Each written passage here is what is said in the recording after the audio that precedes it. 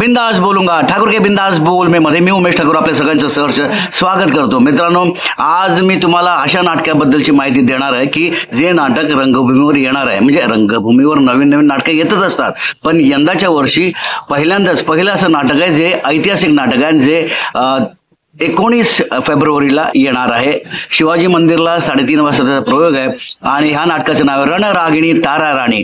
तर ह्या रणरागिणी तारा राणीमध्ये म्युझिकचा जो भाग आहे, म्हणजे संगीताचा भाग आहे, तो आपल्या हास्य जत्रा फेम आमिर हडकर यांनी उचललेला आहे. तर त्यांचा काय अनुभव आहे, कशा पद्धतीनं त्याने हे संगीत केलेलं आहे, दिग्दर्शक विजय राणे आणि लेखक युवराज पाटील यांचं काय मार्गदर्शन मिळालं का, या सगळ्या प्रश्नांची उत्तर आता तोच देणार आहे आणि तोच तुम्हाला त्याची माहिती देणार आहे.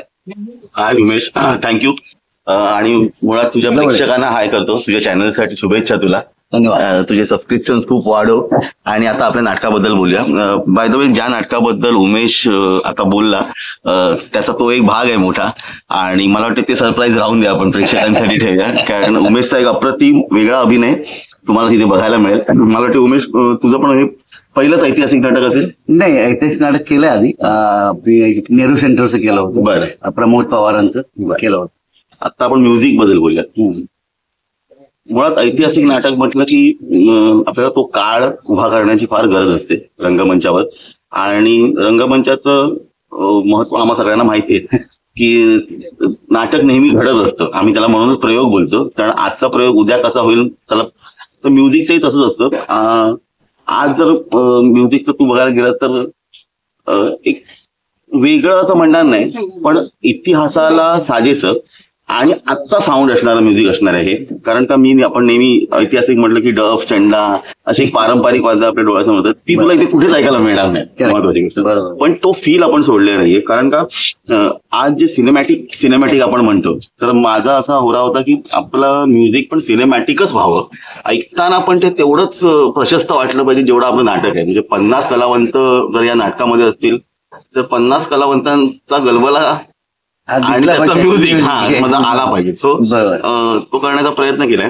तारा राणी बद्दल सांगेन तर हा इतिहास कोणाला फार कमी जणांना माहिती आहे. 27 वर्षाचा स्वातंत्र्य लढा, की एक बाईने अख्खी मराठी शाहीला 27 वर्ष झुंजत ठेवणं पुढे मराठी राजानंतर, छत्रपती शिवाजी महाराजांनंतर. तो लढा पण आपल्याला दिसणार आहे ह्या नाटकाच्या मार्फत. आणि मला वाटतं की प्रेक्षकांनी यावंच, पण पुढच्या पिढीला हे नाटक दाखवावं, कारण हा इतिहास कुठच्या पाठ्यपुस्तकात नाहीये, कुठेच आपल्याला तो वाचता येणार नाही. सो विजय राणे, सगळे जाणतात की विजय राणेंचा आणि ऐतिहासिक नाटकांचा किंवा ऐतिहासिक वारसा नाळ कशी जोडलेली आहे मुळात. छत्रपती शिवाजी सिरियल त्याने केली होती. आम्ही खूप लकी आहोत की त्यांच्याबरोबर काम करण्याचा आम्हाला योग आला. आणि त्यांच्याबद्दल थोडंसं सांगेन की त्यांच्या कॅप्टन ऑफ शिप ज्याला आपण म्हणतो ना, त्यांची फ्रेम रेडी असते. त्या फ्रेम मध्ये आपण कधीच वेगळा रंग आणू शकत नाही. सो किती आपण प्रयत्न केला ना त्याला, सो आपण त्याला एक चांगला टच देऊ शकतो, पण त्यांच्या फ्रेम मध्ये आपण कधी, आणि एक फ्री हँड देणं म्हणतात ना, तो फ्री हँड ते देतात नेहमीच प्रत्येक कलाकाराला.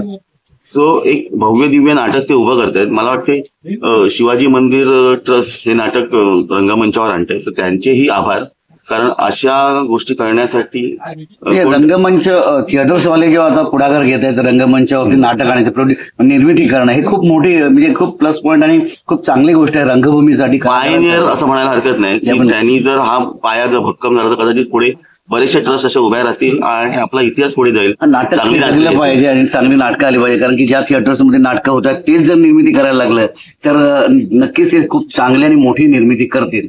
या नाटकाबाबत पण तसा अनुभव तुम्हाला येणार आहे प्रेक्षकांनो, कारण आमिरचं जे म्युझिक आहे हे तुम्ही ऐकाल ना, हा व्हिडिओ बघितल्यानंतर तुम्ही या बघा आणि अनुभवा, आणि मी जे सांगतोय ते जर खोटं ठरलं तर मला पकडा डायरेक्ट. थँक्यू. आणि आमिरने या नाटकाला सिनेमॅटिक म्युझिक देता देता आपल्या पारंपरिक म्युझिकचं पण मिश्रण केलेलं आहे आणि खूप छान पद्धतीने म्युझिक केलंय. तुम्ही फिल्म बघताय असं तुम्हाला जाणवेल. हालाकी नाटक आहे पण म्युझिकने एवढं भरलेलं आहे, एवढं काम केलंय. दिग्दर्शक विजय राणे आणि आमिर हे रात्र स्टुडिओमध्ये पडलेले असतात.